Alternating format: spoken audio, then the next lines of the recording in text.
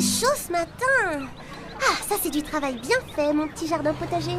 L'arrosoir, oh, qu'il est lourd. Alors, un peu d'eau ici. Oh, mes petites salades, j'allais vous oublier. Parfait. Comme vous êtes belles, mes petites tomates.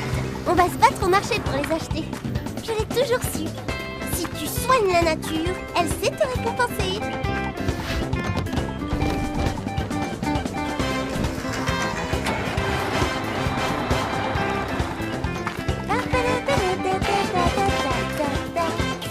Mais je rêve! C'est pas possible! Booba! Que fais-tu?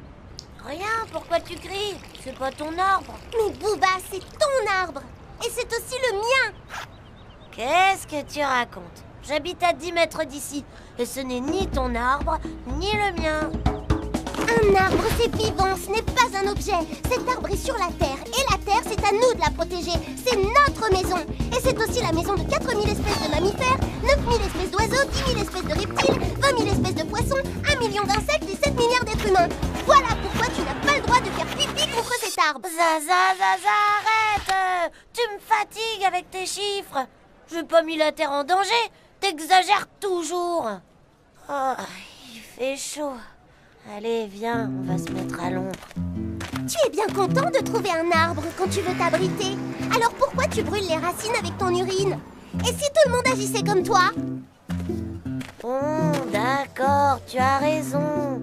Mais Tu ne crois pas que nous pourrions nous occuper de notre terre, puisqu'elle prend soin de nous? nous sommes trop jeunes. C'est l'affaire des grands. Mais non, on peut faire beaucoup nous aussi. Demain, avec nos amis, on va s'occuper de notre maison, la terre. Ok, si tu veux. On va faire 3 groupes et on va vérifier l'eau, les lumières et les ordures.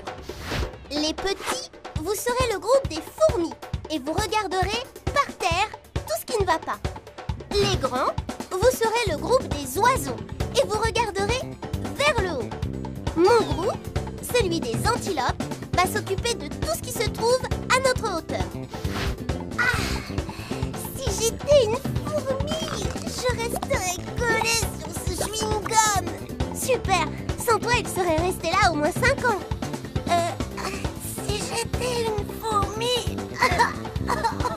Tu serais déjà asphyxié par cette peinture et son odeur. Et moi, si j'étais une fourmi. Tu serais déjà noyé. Regarde, le robinet de la cour fuit. Il faut demander à notre maîtresse de le faire réparer. Il ne faut jamais laisser l'eau couler pour rien. C'est vrai, je n'ai jamais vérifié si je fermais bien les robinets à l'école. Mais Zaza, il y aura toujours de l'eau, avec les mers, les rivières, Mais non, les hommes déversent n'importe quoi dedans. L'eau, c'est joli, c'est léger, ça coule, ça bouge, ça change de couleur. Mais les hommes la maltraitent. Ils y jettent les eaux usées, des liquides toxiques provenant des usines, toutes sortes de choses. C'est très difficile de lutter contre cette pollution, car tout ce qui est au fond de l'eau, dilué dans l'eau, est souvent invisible. Oh, toute cette fumée! Tu crois qu'il y a un incendie derrière les murs ou quoi? Mais non, ce sont les fumées des voitures. C'est pour ça qu'il vaut mieux aller à l'école à pied. Et mon vélo? Je n'ai pas le droit de le prendre alors? Bien sûr que si. Tu ne mets pas d'essence dans ton vélo. La terre ne craint rien. Et un peu d'exercice, c'est bon pour la santé. Moi, je vais essayer d'attraper ce vieux sac en plastique, sans quoi il mettrait des dizaines d'années à se dégrader naturellement. Des dizaines d'années? Mais oui, Je crois que j'en ai laissé un sur la plage hier soir. mais je ne suis pas la seule à le faire. Tout le monde fait pareil dans la ville. Alors laissons la ville devenir un grand sac poubelle. Tu as raison. À nous de jouer, les antilopes.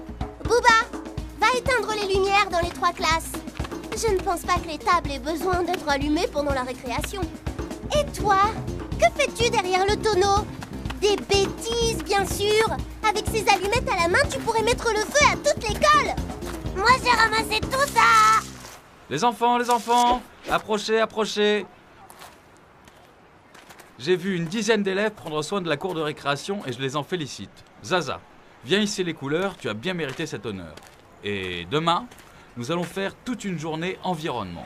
Apporter à l'école tout ce qui, à votre avis, ne sert à rien. Et nous allons faire le tri ensemble.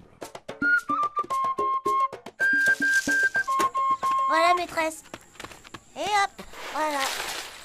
Je n'ai trouvé que des vieilles épluchures de fruits et de légumes. C'est parfait, Pascal. Nous allons les déposer ici pour nourrir la terre. Ensuite, nous allons créer notre propre jardin potager. Jardin potager.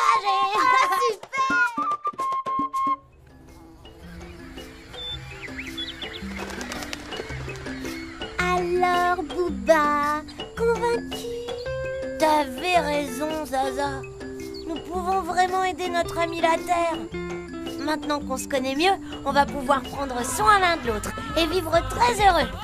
Et dire que nous allions jeter tout ça.